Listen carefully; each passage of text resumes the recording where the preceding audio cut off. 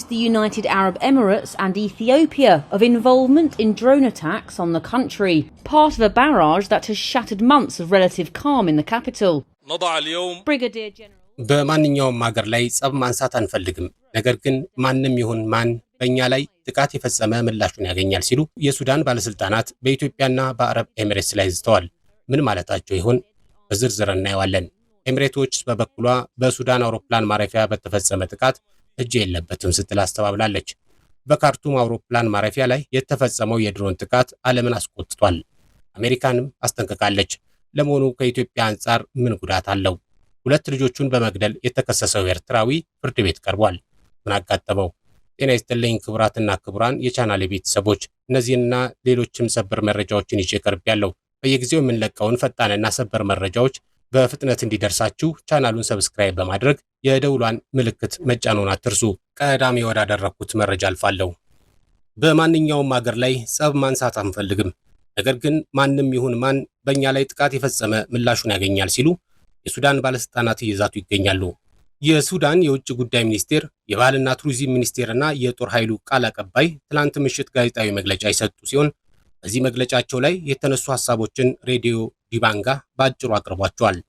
የውጭ ጉዳይ ሚኒስቴሩ ሞሂ አልሃዲ ሰላም በመግለጫቸው በካርቱም አየር ማረፊያ ላይ ትናንት ለተፈጸመው ጥቃት ኢትዮጵያና ዩናይትድ አረብ ኤሚሬትስ ተሳታፊ መሆናቸውን መግለጻቸውን የጠቀሰው ዘገባው በተባበሩት መንግስታት ድርጅት በኤሚሬትስ ላይ ለከፈትነው ክስ ይህንን ማስረጃ አድርገን እናቀርባለን ማለታቸውን አስረድቷል። ጨምረውም የትናንቱ ድርጊት እኛ እንደ እህት ከምናያት ኢትዮጵያ ወረራ እንደተካሄደብን ማረጋገጫ ነው ሲሉ ሚኒስቴሩ ይህንን ጥቃት የተፈጸመው ጠላቶች ያሏቸው አካላት ሰዎች ወደ ካርቱም በፈቃደኝነት እየተመላለሱ መሆኑን በማየት የፈጸሙት መሆኑን አስረድተዋል።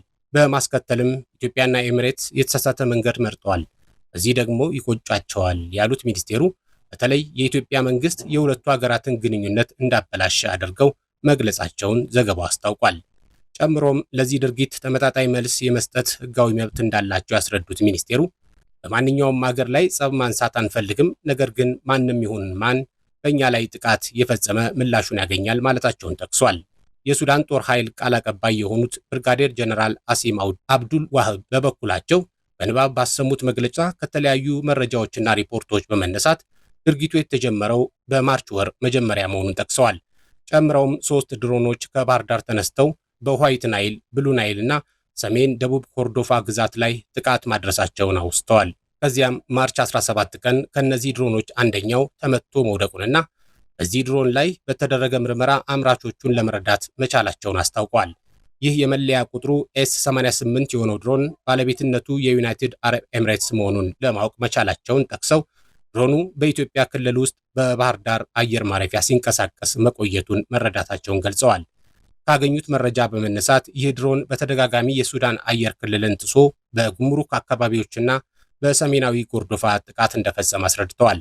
ቃል አቀባዩ ሲቀጥሉም ከግንቦት 1 እስከ ግንቦት 4 ባሉ ቀናት ደግሞ እንደገና ከባህር ዳር ተነስቶ የሱዳን አየር ክልልን በመጣስ በጀበል አውሊያ የተሰኘው አካባቢ እስከሚደርስ ድረስ ክትትል ሲደረግበት እንደነበርም አስታውቀዋል። ጨምረውም ይህ ማስረጃ የሚያሳየው ኤሚሬትስ እና ኢትዮጵያ የአየር ክልላችንን እንደጣሱ ነው፣ እንዲህ አይነት ድርጊት በዝምታ አናልፈውም ሲሉም ዝተዋል።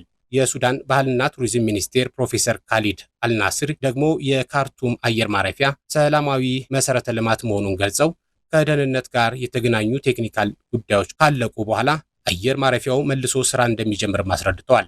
የአየር ማረፊያው ላይ ጉዳት ያልደረሰ ቢሆንም በብሎክ 5 በኩል ባለው መውጫ አንድ ቤት ተመቶ 2 ወንድማማቾች መቁሰላቸውን አስታውቀዋል።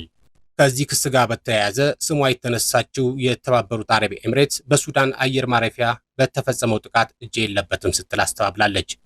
መነሻውን ከኢትዮጵያ ያደረገ መሆኑ በተገለጸ ባለፈው ሰኞ በካርቱም አውሮፕላን ማረፊያ በደረሰ ጥቃት የኤሚሬቶች የሰው አልባ አውሮፕላን ወይም ድሮን ጥቅም ላይ ውሏል መባሉን አንድ የሀገሪቱ ባለስልጣን ትናንት ማምሻው ባወጡት መግለጫ አስተባብለዋል።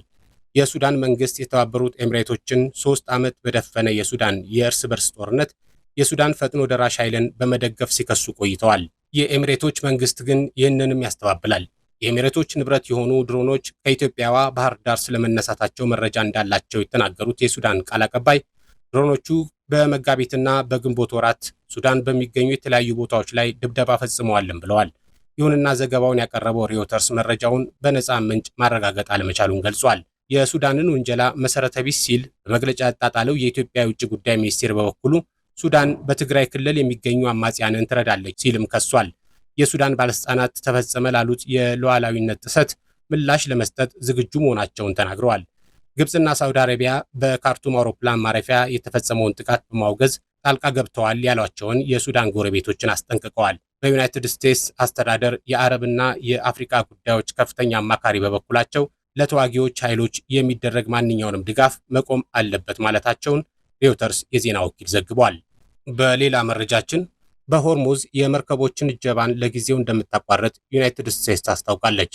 ዩናይትድ ስቴትስ በሆርሙዝ ሰርጥ በኩል ማለፍ ላልቻሉ የንግድ መርከቦች የጀመረችውን አጀብ ለጊዜው እንደምታቆምም አስታውቃለች። የአገሪቱ ፕሬዝዳንት ዶናልድ ትራምፕ የመርከቦችን እጀባ የቆመው ከኢራን ጋር የሰላም ስምምነት ላይ ለመድረስ ባለን ፍላጎት ነው ሲሉም ተናግረዋል። ምንም እንኳን በቅርብ ቀናት በሰርጡ ግጭቶች የነበሩ ቢሆንም ትራምፕ ግን ወደ ስምምነት የሚያመራ ትልቅ ለውጥ ላይ ተደርሷልም ብለዋል።